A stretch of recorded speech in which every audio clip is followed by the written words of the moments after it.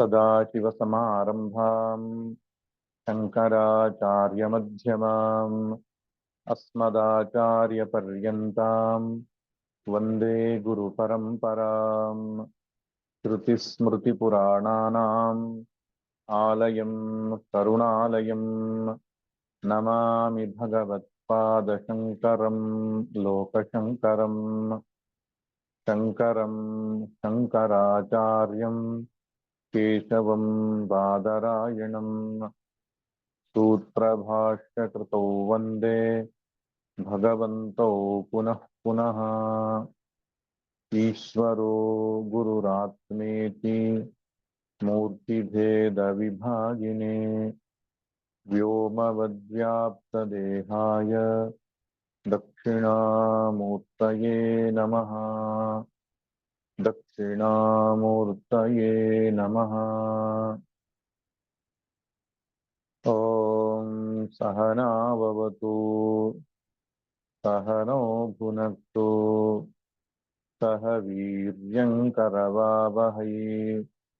तेजस्विनावधीतमस्तु मा विद्विषावहै। ॐ शान्ति शान्ति शान्तिः।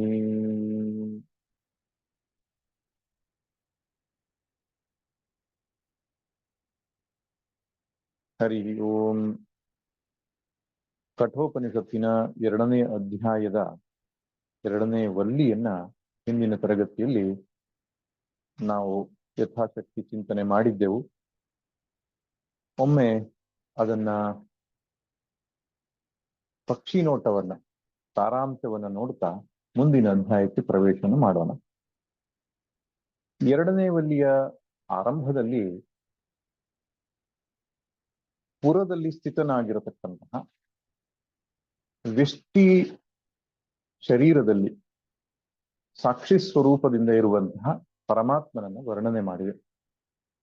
ತದನಂತರ ಸಮಷ್ಟಿ ಶರೀರಗಳಲ್ಲಿಯೂ ಎಲ್ಲಾ ಶರೀರಗಳಲ್ಲಿಯೂ ಇರತಕ್ಕಂತಹ ಪರಮಾತ್ಮನನ್ನು ವರ್ಣನೆ ಮಾಡಿದೆ.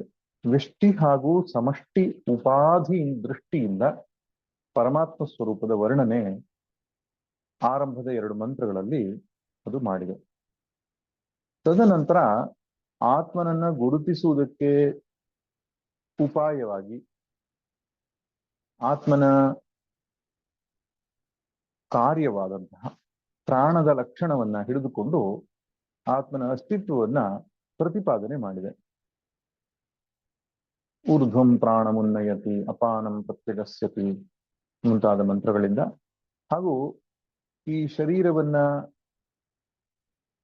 ಬಿಟ್ಟು ಹೋದ ಮೇಲೆ, ಆತ್ಮನು ಬಿಟ್ಟು ಹೋದ ಮೇಲೆ ಅಂದ್ರೆ ಲಿಂಗ ಶರೀರದ ಬಿಟ್ಟು ಹೋದ ಮೇಲೆ ಈ ಶರೀರಕ್ಕೆ ಯಾವುದೇ ಚಲನೆಗಳಿರುವುದಿಲ್ಲ, ಯಾವುದೇ ಕಾರ್ಯ ಇದರಿಂದ ಸಾಧ್ಯವಾಗುವುದಿಲ್ಲ.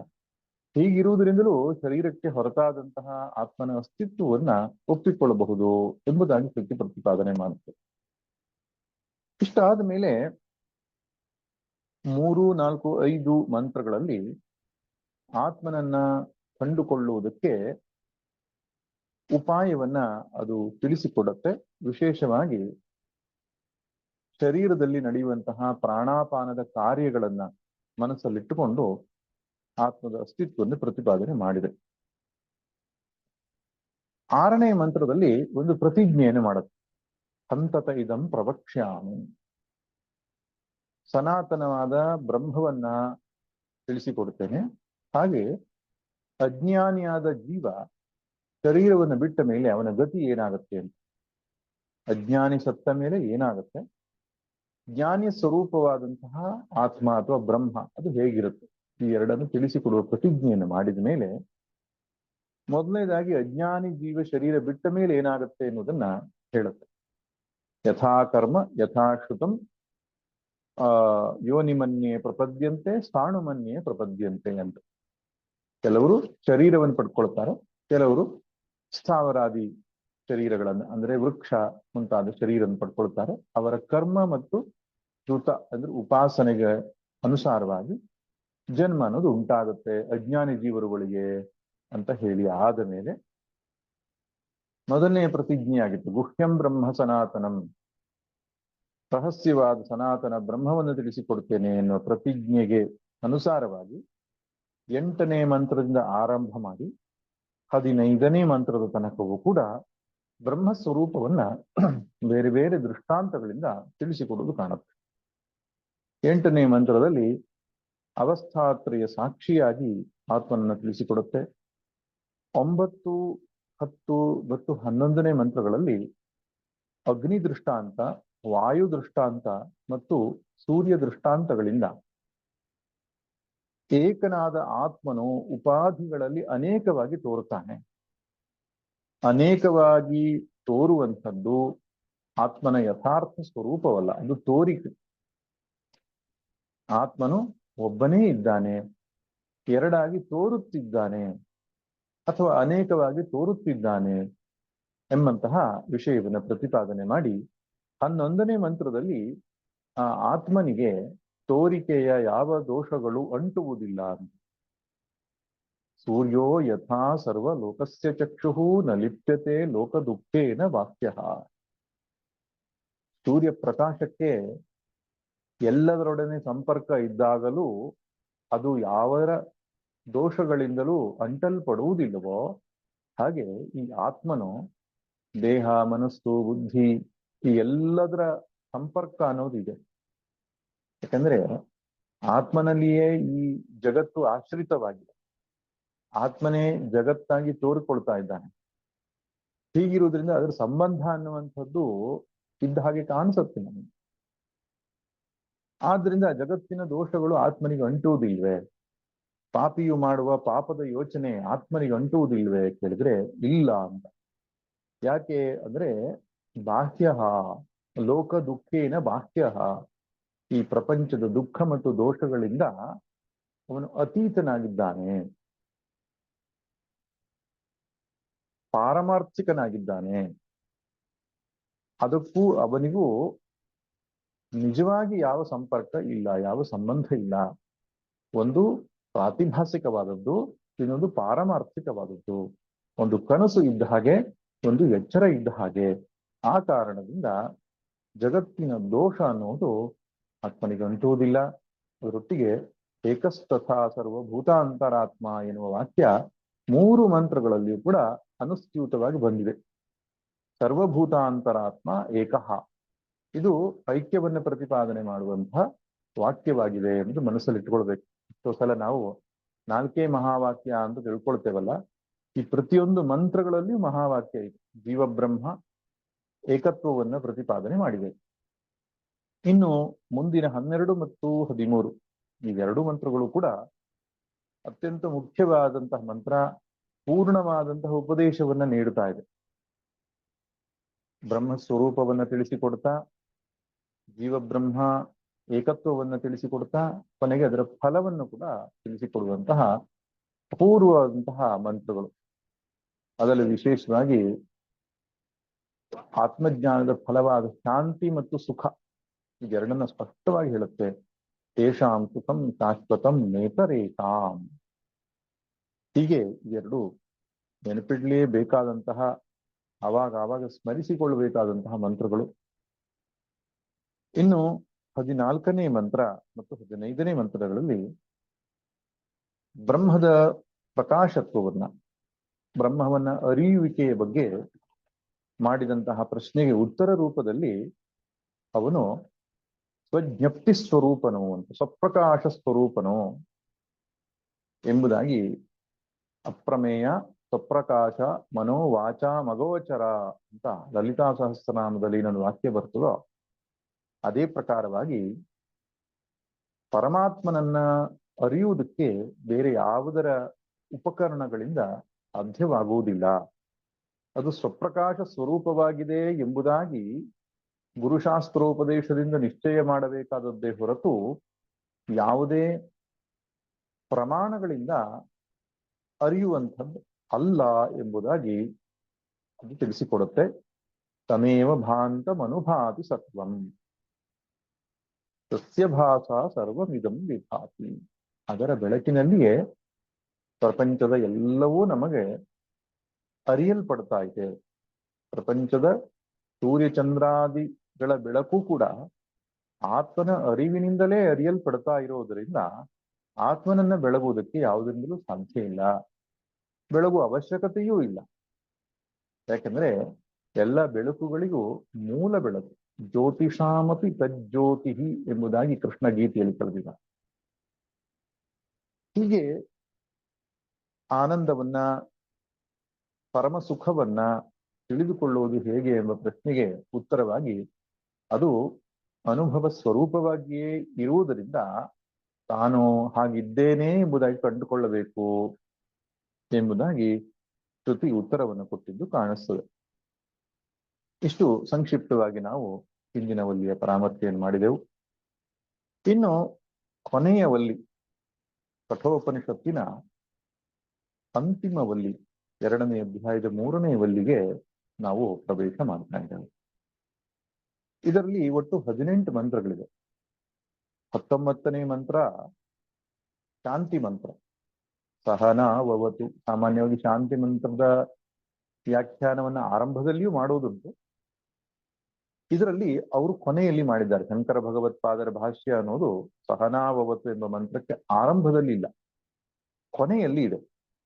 ಆದ್ರಿಂದ ಅದನ್ನು 19ನೇ ಮಂತ್ರ ಅಂತ ತೆಗೆದುಕೊಂಡ್ರೆ 19 ಮಂತ್ರಗಳು. ಇಲ್ಲ, ಕಠೋಪನಿಷತ್ತಿನ ಉಪದೇಶವನ್ನಷ್ಟೇ ತೆಗೆದುಕೊಳ್ಳೋದಾದ್ರೆ 18 ಮಂತ್ರಗಳು ಈ 3ನೇ ವಲ್ಲಿಯಲ್ಲಿ ಇದೆ. ಆ 18 ಮಂತ್ರಗಳಲ್ಲಿ 3 ಮುಖ್ಯ ವಿಷಯಗಳು ಚರ್ಚಿಸಲ್ಪಟ್ಟಿವೆ. ಒಂದು ಬ್ರಹ್ಮವಿದ್ಯಾ ಉಪದೇಶ, ಆತ್ಮವಿದ್ಯಾ, ಬ್ರಹ್ಮವಿದ್ಯಾ, ಆತ್ಮಜ್ಞಾನ ಅಂತ ಏನ್ ಕರಿತೇವೋ ಆ ಆತ್ಮ ಸ್ವರೂಪದ ವರ್ಣನೆ ಒಂದು ಚರ್ಚಿಸಲ್ಪಟ್ಟ ವಿಷಯ. ಇನ್ನೊಂದು ಆತ್ಮಜ್ಞಾನಕ್ಕೆ ಉಪಕಾರವಾಗುವ ಸಾಧನೆಗಳು, ಜ್ಞಾನ ಸಾಧನಾನಿ ಅಂತ ಕರೀತಾರೆ. ಬ್ರಹ್ಮವಿದ್ಯಾ ಸಾಧನಾನಿ, ಅದಕ್ಕೆ ಯಾವ ರೀತಿ ನಮ್ಮ ಮನಸ್ಸನ್ನ, ನಮ್ಮ ಆಚರಣೆಯನ್ನ ಇಟ್ಟುಕೊಂಡ್ರೆ ಆತ್ಮಜ್ಞಾನವನ್ನು ಪಡೆಯುವ ಅರ್ಹತೆ ನಮ್ಮ ಅಂತಃಕರಣಕ್ಕೆ ಬರುತ್ತೆ, ಈ ವಿಷಯವಾಗಿ ಕೂಡ ಉಪನಿಷತ್ತು ಚರ್ಚಿಸುತ್ತೆ. ಕೊನೆಯದಾಗಿ ಆತ್ಮಜ್ಞಾನ ಅಥವಾ ಬ್ರಹ್ಮಜ್ಞಾನದ ಫಲವನ್ನ ಅದು ತಿಳಿಸಿಕೊಡುತ್ತೆ. ಆದ್ದರಿಂದ ಬ್ರಹ್ಮವಿದ್ಯಾ ಸಾಧನಾನಿ ಮತ್ತು ಬ್ರಹ್ಮವಿದ್ಯಾ ಫಲಾನಿ, ಇಷ್ಟು ವಿಷಯಗಳನ್ನ, 3 ವಿಷಯಗಳನ್ನ ಈ 18 ಮಂತ್ರ ಚರ್ಚೆ ಮಾಡುತ್ತೆ. ಮೊದಲನೇದಾಗಿ ಆರಂಭದ 3 ಮಂತ್ರಗಳು ಬ್ರಹ್ಮಸ್ವರೂಪವನ್ನು ತಿಳಿಸಿಕೊಡುವುದರ ಮೂಲಕ ಬ್ರಹ್ಮವಿದ್ಯೆಯನ್ನು ತಿಳಿಸಿಕೊಡುತ್ತೆ. ಬ್ರಹ್ಮಸ್ವರೂಪವನ್ನು ತಿಳಿಸುವ ಆರಂಭದ 3 ಮಂತ್ರಗಳು. ಅದರಲ್ಲಿ ಮೊದಲನೆಯ ಮಂತ್ರ ಊರ್ಧ್ವಮೂಲೋ ವಾಕ್ಶಾಖ ಯಶೋಶ್ವತ್ಥಃ ಸನಾತನಃ ತದೇವ ಶುಕ್ರಂ ತದ್ಬ್ರಹ್ಮ ತದೇವಾಮೃತಮುಚ್ಯತೆ ತಸ್ಮಿನ್ ಲೋಕಾಶ್ರಿತಾಃ ಸರ್ವೇ ತದುನಾತ್ಯೇತಿ ಕಶ್ಚನ ಏತದ್ವೈ ತತ್. ಜಗತ್ಕಾರಣವಾದ ಬ್ರಹ್ಮಸ್ವರೂಪವನ್ನ ಒಂದು ಅಶ್ವತ್ಥದ ದೃಷ್ಟಾಂತದ ಮೂಲಕ ತಿಳಿಸಿಕೊಡ್ತಾ ಇದೆ. ನೋಡಿ, ಇದೇ ಮಂತ್ರ ಊರ್ಧ್ವಮೂಲ ಅವಾಕ್ಷಾಖ ಏಷೋಶ್ವತ್ಥ ಸನಾತನಃ. ಮೇಲ್ಗಡೆಗೆ ಬೇರು, ಕೆಳಗೆ ರೆಂಬೆಲೆ ಚಿಗುರು. ಡಿ ವಿ ದೇವರು ಒಂದು ಕಗ್ಗ ಬರೆದಿದ್ದಾರೆ ಈ ಮಂತ್ರದ ಮೇಲೆ. ಊರ್ಧ್ವ ಮೂಲ, ಮೂಲ ಅಂದ್ರೆ ಬೇರು, ಬೇರು ಮೇಲೆ ಅವಾಕ್ ಶಾಖ, ಅದರ ಶಾಖೆಗಳು ಕೆಳಗೆ. ಏಷೋಶ್ವತ್ಥ ಸನಾತನಃ, ಈ ಅಶ್ವತ್ಥ ಅನ್ನುವಂಥದ್ದು ಸನಾತನವಾಗಿದೆ. ಆದ್ದರಿಂದ ಈ ಸಂಸಾರ ಅನ್ನುವಂಥದ್ದು ಅಶ್ವತ್ಥದ ವೃಕ್ಷದ ಹಾಗೆ ಅಂತ ಒಂದು ಹೋಲಿಕೆಯನ್ನ, ಒಂದು ರೂಪಕವನ್ನ ಅದು ಕೊಟ್ಟಿದೆ ಶ್ರುತಿ. ಈ ದೃಷ್ಟಾಂತವನ್ನ ಭಗವದ್ಗೀತೆ ಕೂಡ ಬಳಸ್ಕೊಂಡಿದೆ. ಭಗವದ್ಗೀತೆಯಲ್ಲಿ ಶ್ರೀಕೃಷ್ಣ ಪರಮಾತ್ಮನು ಕೃಷ್ಣನಿಗೆ ಉಪದೇಶ ಮಾಡುವಾಗ 15ನೇ ಅಧ್ಯಾಯದಲ್ಲಿ ಈ ಶ್ಲೋಕವನ್ನ ಆರಂಭ ಮಾಡ್ತಾನೆ. ಊರ್ಧ್ವಮೂಲೋಧ ಅಧಶ್ಚಾಖೋ ಯಶೋಶ್ವ ಊರ್ಧ್ವಮೂಲಮಧಶ್ಚಾಖ ಅಶ್ವತ್ಥಂ ಪ್ರಾಹುರವ್ಯಯಂ ಛಂದಾಂಸಿ ಯಸ್ಯ ಪನ್ನಾನಿ ಯಸ್ತಂ ವೇದ ಸ ವೇದವಿತ್. ಇಲ್ಲಿ 3 ಶ್ಲೋಕಗಳಲ್ಲಿ ಈ ವಾಕ್ಯ ಅಶ್ವತ್ಥ ದೃಷ್ಟಾಂತವನ್ನ ಭಗವದ್ಗೀತೆ ಹಾಗೆ ವರ್ಣಿಸುತ್ತೆ. ಭಗವದ್ಗೀತೆಯಲ್ಲಿ ಕಠೋಪನಿಷತ್ತಿನ ಅನೇಕ ಮಂತ್ರಗಳು ಆ ಕಾಣಿಸಿಕೊಳ್ಳುತ್ತೆ. ಅಂದ್ರೆ ಸ್ವಲ್ಪವೇ ಬದಲಾವಣೆಯ ಮೂಲಕ ಕಾಣಿಸಿಕೊಳ್ಳುತ್ತೆ. ಉದಾಹರಣೆಗೆ ಆಶ್ಚರ್ಯವತ್ ಪಶ್ಯತಿ ಕಶ್ಚಿದೇ ನಮ್ಮ ಆಶ್ಚರ್ಯವತ್ ವದತಿ ತಥೈವ ಚಾನ್ಯಃ. ಅದು ಭಗವದ್ಗೀತೆಯ ಈ ಆಶ್ಚರ್ಯವತ್ ಪಶ್ಯತಿ ಕಶ್ಚಿದೇನಂ ಎನ್ನುವಂಥದ್ದು ಕಠೋಪನಿಷತ್ತಲ್ಲಿ ಆಶ್ಚರ್ಯೋ ವಕ್ತ ಕುಶಲೋಸ್ಯ ಲಬ್ಧ ಅಂತ ಬರುತ್ತೆ. ಮಂತ್ರದ ಆರಂಭದಲ್ಲಿ ಶ್ರವಣಾಯಾಪಿ ಬಹುಭಿರ್ಯೋ ನ ಲಬ್ಧೋ, ಮಂತ್ರದ ಕೊನೆಯಲ್ಲಿ ಆಶ್ಚರ್ಯೋ ವಕ್ತ. ಆಶ್ಚರ್ಯೋ ವಕ್ತ ಅನ್ನೋದು ಭಗವದ್ಗೀತೆಯಲ್ಲೂ ಕಾಣುತ್ತೆ. ಇನ್ನು ನ ಜಾಯತೆ ಮ್ರಿಯತೆ ಈ ಮಂತ್ರವಂತೂ ಹೆಚ್ಚು ಕಡಿಮೆ ಕಠೋಪನಿಷತ್ತಲ್ಲಿರುವ ಹಾಗೆ ಭಗವದ್ಗೀತೆಯಲ್ಲಿದೆ. ಒಂದೇ ವ್ಯತ್ಯಾಸ ಅಂದ್ರೆ ಕದಾಚಿತ್ ನಾಯಂ ಭೂತ್ವ ಭವಿತಾವಾನ ಭೂಯಃ ವ್ಯತ್ಯಾಸ ಬಿಟ್ರೆ ಅಜೋ ನಿತ್ಯ ಶಾಶ್ವತೋಯಂ ಪುರಾಣೋ ನ ಹನ್ಯತೆ ಹನ್ಯಮಾನೇ ಶರೀರೆ ಎಂಬ ವಾಕ್ಯವಂತೂ ಹಾಗೆ ಕಠೋಪನಿಷತ್ತಲ್ಲಿರುವ ಹಾಗೆ ಭಗವದ್ಗೀತೆಯಲ್ಲಿ ಬರುತ್ತೆ. ಇನ್ನು ಇನ್ನೊಂದು ಮಂತ್ರ ಯಾವ್ದಪ್ಪ ಅಂದ್ರೆ ಹಂತಾ ಚೇನ್ ಮನ್ಯತೆ ಹಂತಗುಂ ಅಂತ ಕಠೋಪನಿಷತ್ತಿನ ಮಂತ್ರವನ್ನ ಭಗವದ್ಗೀತೆಯಲ್ಲಿ ಕಥಂ ಸ ಪುರುಷ ಪಾರ್ಥ ಕಂಘಾಯತಿ ಕಂಘಾತಯತಿ ಹಂತಿಕಂ ಅಂತ ಬರುತ್ತೆ. ಅಂದ್ರೆ ನಜಾಯತೆ ಮ್ರಿಯತೆ ಅನ್ನುವ ಮಂತ್ರ ಆದ್ಮೇಲೆ ಹಂತ ಚೇನ್ ಮನ್ಯತೆ ಹಂತಕಂ ಅಂತ ಕಠೋಪನಿಷತ್ತಲ್ಲಿ ಆ ಆರ್ಡರ್ ಅಲ್ಲಿ ಇದೆ. ಭಗವದ್ಗೀತೆಯಲ್ಲೂ ಅದೇ ಆರ್ಡರ್ ಅಲ್ಲಿ ಇದೆ. ನಜಾಯತೆ ಮ್ರಿಯತೆ ಆದ್ಮೇಲೆ ವೇದಾವಿನಾಶಿ ನಮ್ ನಿತ್ಯಂ ಅಂತ. ಆದ್ರಿಂದ ಹೆಚ್ಚು ಕಡಿಮೆ ಕಠೋಪನಿಷತ್ತಿನ ಅನೇಕ ಮಂತ್ರಗಳು ಭಗವದ್ಗೀತೆಯಲ್ಲಿ ಭಗವಂತ ಉಚ್ಚರಿಸೋದು ಕಾಣಿಸುತ್ತೆ. ಈ ಮಾತನ್ನ ನಾನು ಯಾಕೆ ಹೇಳ್ತಿದ್ದೇನೆ ಅಂದ್ರೆ ಭಗವದ್ಗೀತೆ ಪ್ರತಿಪಾದಿಸುವ ತತ್ವವು ಉಪನಿಷತ್ ಪ್ರತಿಪಾದಿಸುವ ತತ್ವವೇ ಆಗಿದೆ. ಅದರಿಂದ ಅದಕ್ಕೆ ಸ್ಮೃತಿ ಪ್ರಸ್ಥಾನ ಅಂತ ಕರೀತಾರೆ. ಇದಕ್ಕೆ ಶ್ರುತಿ ಪ್ರಸ್ಥಾನ ಅಂತ ಹೇಳ್ತಾರೆ. ಶ್ರುತಿಯಲ್ಲಿ ಪ್ರತಿಪಾದಿತವಾದ ಸತ್ಯವನ್ನೇ ಸ್ಮೃತಿಯೂ ಕೂಡ ಅನುಸರಿಸುತ್ತದೆ. ಹೀಗೆ ಈ ಅಶ್ವತ್ಥದ ದೃಷ್ಟಾಂತವು ಭಗವದ್ಗೀತೆಯಲ್ಲಿ ವಿಸ್ತಾರವಾಗಿ ಕೃಷ್ಣ ಹೇಳೋದು ಕಾಣಿಸುತ್ತೆ.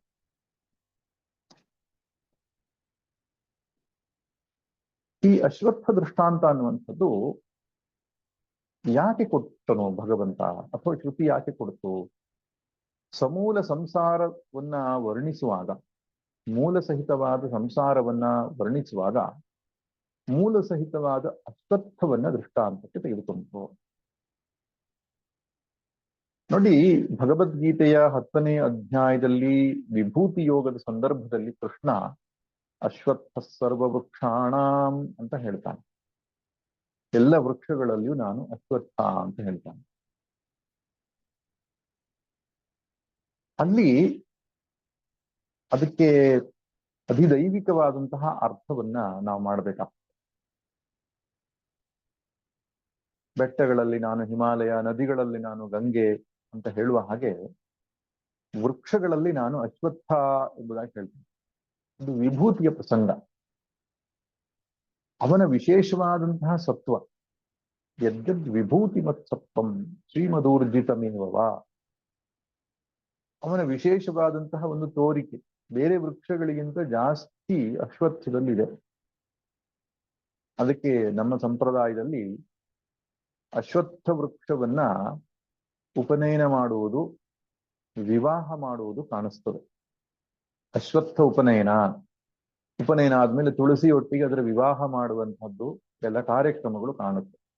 ಯಾಕಂದ್ರೆ ಅದಕ್ಕೆ ಅಶ್ವತ್ಥ ನಾರಾಯಣ ಎಂಬುದಾಗಿ ಕರೀತೇವೆ ನಾವು. ಭಗವಂತನ ಒಂದು ವಿಶೇಷವಾದ ಸನ್ನಿಧಾನ ಆ ಅಶ್ವತ್ಥ ವೃಕ್ಷದಲ್ಲಿ ಇದೆ.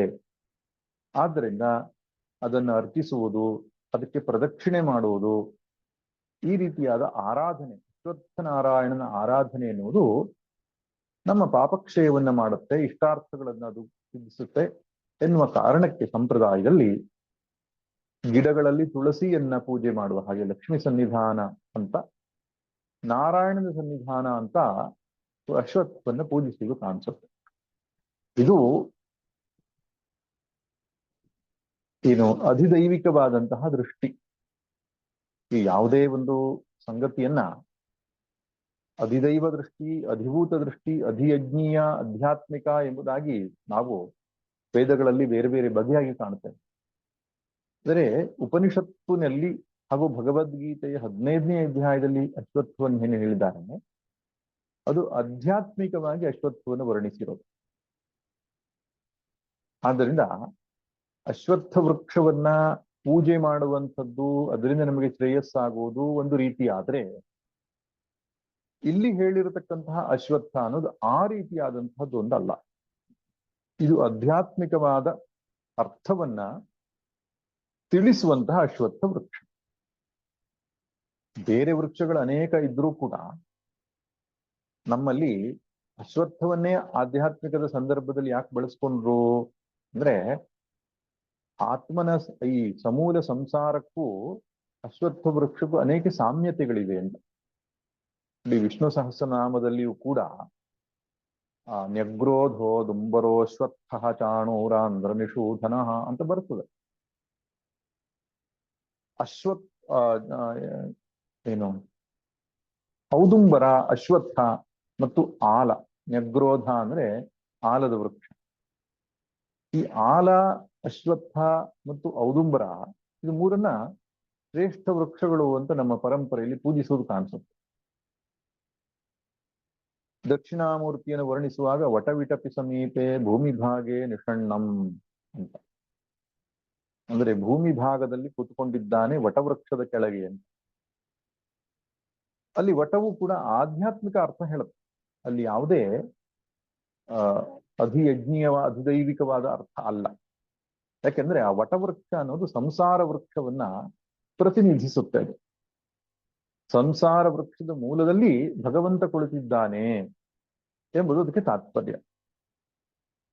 ಹಾಗೆ ಔದುಂಬರ ವೃಕ್ಷದ ಸಂದರ್ಭದಲ್ಲಿಯೂ ಕೂಡ ಅದಕ್ಕೆ ಅಧಿಯಜ್ಞೀಯವಾದ ಅರ್ಥ ಇರಬಹುದು, ಅಂದ್ರೆ ಅಧಿಭೌತಿಕವಾದ ಅರ್ಥ ಇರಬಹುದು.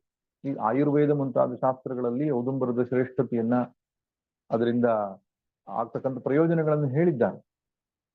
ಆದ್ರೆ ಇಲ್ಲಿ ದತ್ತಾತ್ರೇಯನು ಔದುಂಬರ ವೃಕ್ಷದ ಕೆಳಗೆ ಕೂತ್ಕೊಂಡಿದ್ದಾನೆ ಅಂದ್ರೆ ಸಂಸಾರ ವೃಕ್ಷದ ಮೂಲದಲ್ಲಿ ಕೂತ್ಕೊಂಡಿದ್ದಾನೆ ಜ್ಞಾನಿಯಾದ ದತ್ತಾತ್ರೇಯ ಸ್ವಾಮಿ ಎಂಬುದು ತಾತ್ಪರ್ಯ. ಹಾಗೆ ಅಶ್ವತ್ಥ ವೃಕ್ಷವು ಕೂಡ ಆಧ್ಯಾತ್ಮಿಕವಾದಂತಹ ಒಂದು ಅರ್ಥವನ್ನ ಹೇಳೋದಿಕ್ಕೆ ಇಲ್ಲಿ ಹೊರಟಿದೆ. ಆದ್ರಿಂದ ಯಾವ ಸಂದರ್ಭದಲ್ಲಿ ಯಾವ ಅರ್ಥವನ್ನ ಮಾಡಲಾಗಿದೆ ಅನ್ನೋದು ನಮ್ಮ ಮನಸ್ಸಲ್ಲಿ ಇಟ್ಕೊಳ್ಬೇಕು.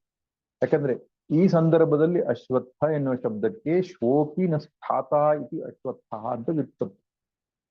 ಇಂದಿದ್ದು ನಾಳೆ ಇಲ್ಲವಾಗುವ ನಷ್ಟ ಸ್ವಭಾವವುಳ್ಳ ಕ್ಷಣಭಂಗುರವಾಗಿರುವ ಇದು ವೃಕ್ಷ ಎಂಬುದು ತಾತ್ಪರ್ಯ ಆಗ್ತದೆ. ಅದನ್ನ ಯಾಕ್ರಿ ನಾವು ಶ್ರದ್ಧೆಯಿಂದ ಪೂಜೆ ಮಾಡಬೇಕು ಅಂತ ಕೇಳಬಾರ್ದು.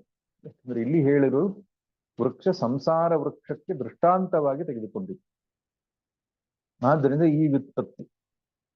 ಇನ್ನೊಂದು ವ್ಯುತ್ಪತ್ತಿ ಇದೆ, ಅಶ್ವವತ್ ತಿಷ್ಠತಿ ಇತಿ ಅಶ್ವತ್ಥ ಅಂತ.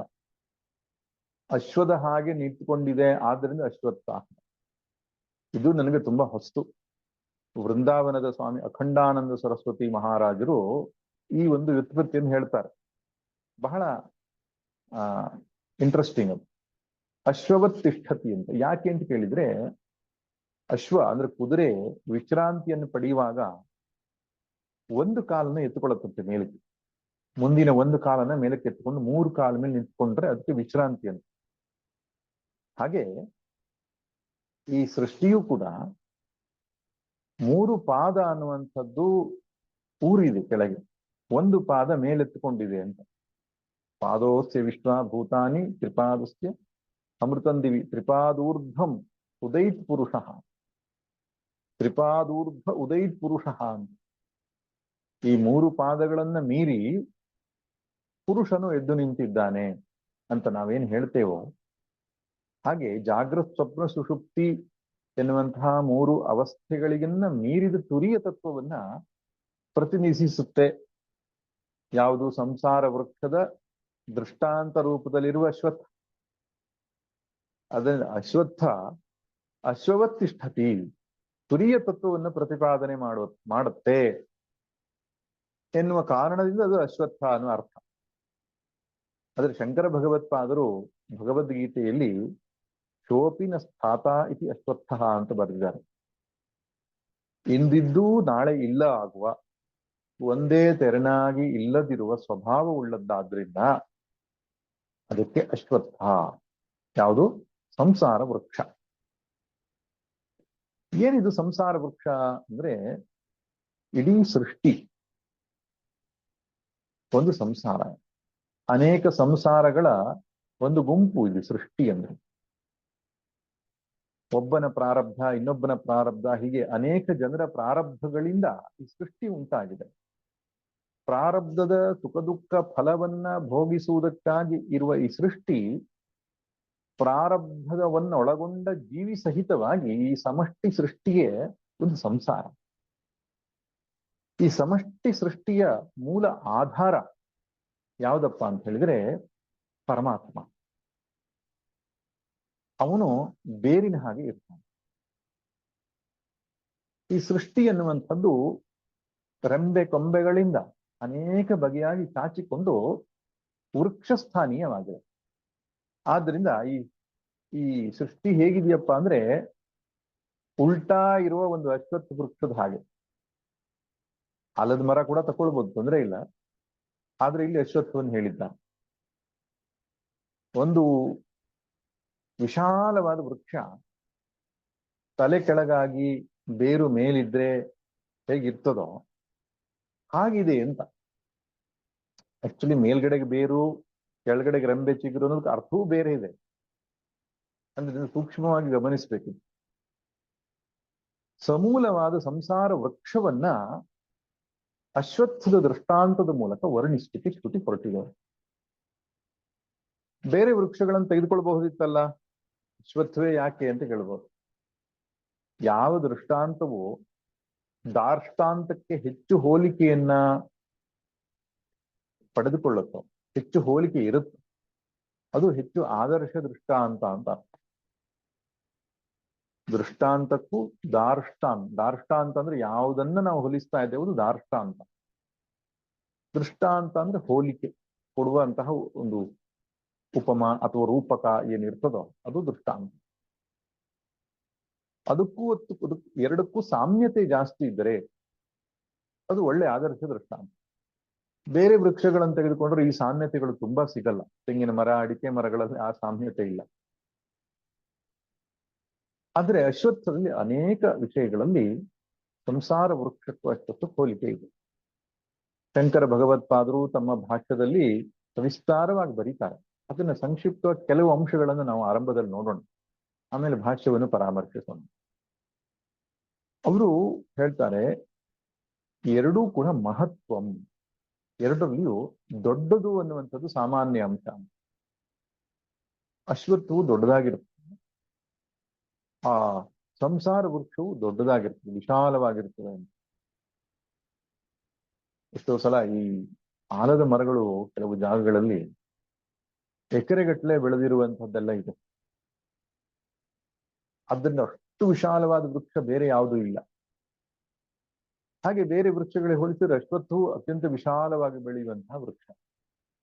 ಸಂಸಾರ ಹೇಗೆ ವಿಶಾಲವೋ ಹಾಗೆ ಅಶ್ವತ್ಥವು ವಿಶಾಲ.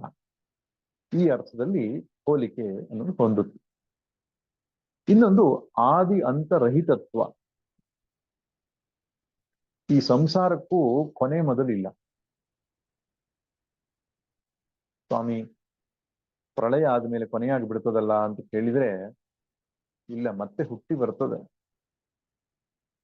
ಸೃಷ್ಟಿ ಕಥೆ ಎನ್ನುವಂಥದ್ದು ಇದು ಮೊದಲಲ್ಲ, ಇದೇ ಕೊನೆಯಲ್ಲ.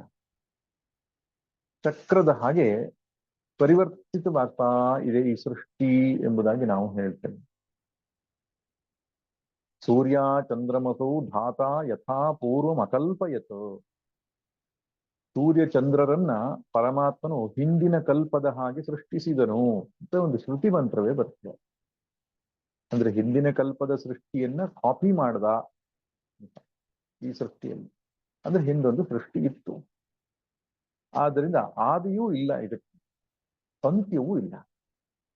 ಈ ಅಶ್ವತ್ಥ ವೃಕ್ಷವು ಹಾಗೆ ಒಂದು ಕಡೆಗೆ ಚಿಗುರುತ್ತೆ, ಇನ್ನೊಂದು ಕಡೆಗೆ ಒಣಗತ್ತೆ. ಆದ್ರೆ ತುದಿ ಯಾವುದು ಬುಡ ಯಾವುದು ಗುರುತಿಸೋದು ಕಷ್ಟ. ವಿಶೇಷವಾಗಿ ಆಲದಲ್ಲಂತೂ ಹೀಗಾಗುತ್ತದೆ. ಒಮ್ಮೊಮ್ಮೆ ಅದರ ಮೂಲವಾದಂತಹ ಕಾಂಡವೇ ನಷ್ಟವಾಗಿ ಆ ಬಿಳುಲುಗಳೇ ಕಾಂಡದ ರೂಪದಲ್ಲಿ ಬೆಳೆಯೋದು ಕಾಣ್ತದೆ.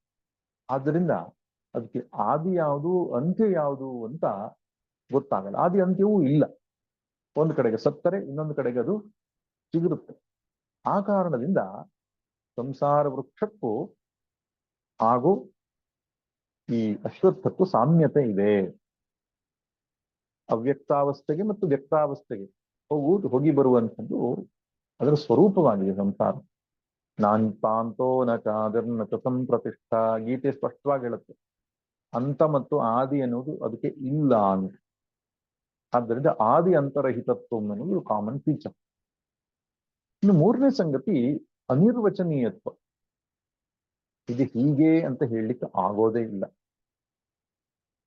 ನಿಶ್ಚಯವಾಗಿ ಇದು ಹೀಗೇ ಇದೆಯಪ್ಪ ಅಂತ ಹೇಳಲಿಕ್ಕಾಗಲ್ಲ. ವೃಕ್ಷದ ವಿಷಯದಲ್ಲಿ ಹೇಗೋ ಅಂದ್ರೆ ವೃಕ್ಷ ಮೊದಲೋ ಬೀಜ ಮೊದಲೋ ಅಂತ ಹೇಳಲಿಕ್ಕಾಗಲ್ಲ. ಸಂಸಾರದಲ್ಲಿಯೂ ಅಷ್ಟೇನೆ. ಪಾಪ ಪುಣ್ಯದಿಂದ ಜನ್ಮವೋ, ಜನ್ಮದಿಂದಾಗಿ ಮತ್ತೆ ಪಾಪ ಪುಣ್ಯವೋ, ಹೀಗೆ ಯಾವುದು ಮೊದಲು ಅಂತ ಹೇಳಲಿಕ್ಕಾಗಲ್ಲ. ಅದರಲ್ಲಿ ಕೆಲವರು ಪ್ರಶ್ನೆ ಮಾಡ್ಲಿಕ್ಕೆ ಉಂಟು, ಮೊದಲು ತಪ್ಪು ಮಾಡಿದ್ ಯಾವಾಗ ನಾನು ಅಂದ್ರೆ ಸೃಷ್ಟಿ ಯಾವಾಗ್ಲೂ ಆರಂಭ ಆಯ್ತು, ಲೀನಿಯರ್ ಪ್ರೊಸೆಸ್ ಅಂತ ಭಾವಿಸ್ಕೊಂಡು ಮೊದಲು ಅಜ್ಞಾನ ಹೇಗೆ ಬಂತು ಅಂತ ಕೇಳ್ತಾರೆ. ಮೊದಲಿನ ಕರ್ಮ ಹೇಗೆ ಉಂಟಾಯ್ತು ಅಂತ ಕೆಲವರು ಪ್ರಶ್ನೆ ಕೇಳ್ತಾರೆ. ಅದು ಮೊದಲು ಆಗಬೇಕಾದ್ರೆ ಎಲ್ಲಿಂದನೋ ಆರಂಭ ಆಗಿರ್ಬೇಕಲ್ಲ. ಆದ್ರಿಂದ ಇದು ಆರಂಭವಾಗಿದೆ ಎಂಬುದನ್ನು ನಾವು ಹೇಳೋದಿಲ್ಲ. ಆದಿ ಅಂತ್ಯರಹಿತವಾದದ್ದು ಆದುದರಿಂದ ಇದು ಬೀಜ ಮೊದಲೋ ವೃಕ್ಷ ಮೊದಲೋ ಅಂತ ಕೇಳಿದ ಹಾಗಾಗ್ತದೆ. ಮೊಟ್ಟೆ ಮೊದಲೋ ಕೋಳಿ ಮೊದಲೋ ಅಂತ ಕೇಳಿದ ಹಾಕ್ತದೆ. ಅದನ್ನ ಅದು ನಿಶ್ಚಯ ಮಾಡ್ಲಿಕ್ಕೆ ಆಗೋದಿಲ್ಲ. ಅದಕ್ಕೆ ಪರಿಹಾರ ಒಂದೇ, ಅದರಿಂದ ಎಚ್ಚರ ಆಗೋದು. ಬಿಟ್ರೆ ಅದರ ಆರಂಭದ ಕರ್ಮವನ್ನ ಹುಡುಕುತ್ತಾ ಹೊರಟ್ರೆ ಅದು ತರ್ಕದಲ್ಲಿ ನಿಲುಗಡೆಯಾಗುವಂತಹ ವಿಷಯ ಅಲ್ಲ. ಆದ್ದರಿಂದ ಈ ಸಂಸಾರ ವೃಕ್ಷದ ಸಮಸ್ಯೆ ಅನಿರ್ವಚನೀಯವಾಗಿರತಕ್ಕಂಥದ್ದು. ಹೀಗೆ ಅಂತ ನಿಶ್ಚಯ ಮಾಡ್ಲಿಕ್ಕೆ ಆಗೋದಿಲ್ಲ ಎಷ್ಟೋ ವಿಷಯಗಳಲ್ಲಿ. ನಾವು ವಿಜ್ಞಾನಕ್ಕೆ ನೋಡ್ತೇವೆ, ಸವಾಲಾಗಿರುವ ಎಷ್ಟೋ ಸಂಗತಿಗಳಿರುತ್ತೆ. ಬಹಳ ಹಿಂದೆ ನಿಶ್ಚಯವಾಗಿರೋ ಯಾವುದೋ ಒಂದು ಸತ್ಯ ತದನಂತರ ಕಾಲದಲ್ಲಿ ತಪ್ಪು ಎಂಬುದಾಗಿ ನಿಶ್ಚಯ ಆಗ್ತಾ ಕಾಣ್ತದೆ. ಮತ್ತೆ ಈ ಜಗತ್ತಿನ ಏನಿದೆ ಅನಿರ್ವಚನೀಯತೆ ಏನಿದೆ ಎಷ್ಟು ಅಗಾಧ ಅಂದ್ರೆ ಯಾವ ವಿಷಯದಲ್ಲಿಯೂ ಸ್ಪಷ್ಟವಾದ ಜ್ಞಾನ ಯಾವ ವಿಜ್ಞಾನದ ಶಾಖೆಗೂ ಇಲ್ಲ. ಅದು ಭೌತಶಾಸ್ತ್ರ, ರಸಾಯನಶಾಸ್ತ್ರ, ವೈದ್ಯಕೀಯ ಅಥವಾ ಬೇರೆ ಯಾವುದೇ ಶಾಸ್ತ್ರ ತೆಗೆದುಕೊಂಡ್ರು ಕೂಡ ಇನ್ನೂ ಹೊಸ ಹೊಸ ಸತ್ಯಗಳು ಬೆಳಕಿಗೆ ಬರ್ತಾ ಇದೆಯೇ ಹೊರತು ಮುಗೀತು ಅಂತಿಲ್ಲ. ಹೊಸ ಸತ್ಯಗಳು ಬೆಳಕಿಗೆ ಬಂದಾಗೆ ಹಳೆ ಸತ್ಯಗಳು ಸುಳ್ಳಾಗುವುದು ಕಾಣಿಸುತ್ತೆ ಕೆಲವು ಸಂದರ್ಭಗಳಲ್ಲಿ. ಅದರಿಂದ ಇದು ಹೀಗೆ ಅಂತ ನಿಶ್ಚಯ ಅನ್ನುವಂಥದ್ದು ಇಲ್ಲ. ಇದೊಂದು ಸಾಮಾನ್ಯ ಅಂಶ. ಇನ್ನೊಂದು ನಾಲ್ಕನೇದು ಮೂಲವತ್ವಂ.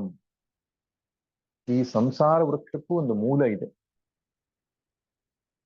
ಅಶ್ವತ್ಥಕ್ಕೂ ಒಂದು ಮೂಲ ಇದೆ.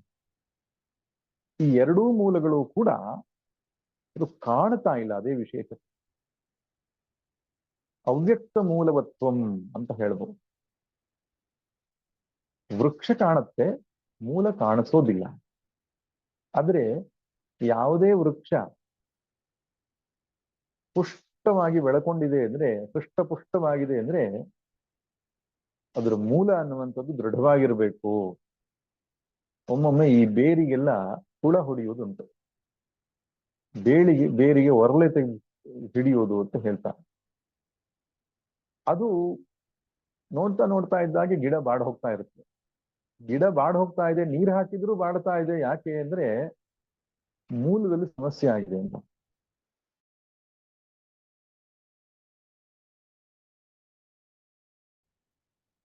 ಅರ್ಥ ಅರ್ಥ ಇಷ್ಟೇ, ಮೂಲ ಅನ್ನುವಂಥದ್ದು ಚೆನ್ನಾಗಿದೆ, ಮೂಲಕ್ಕೆ ಚೆನ್ನಾಗಿ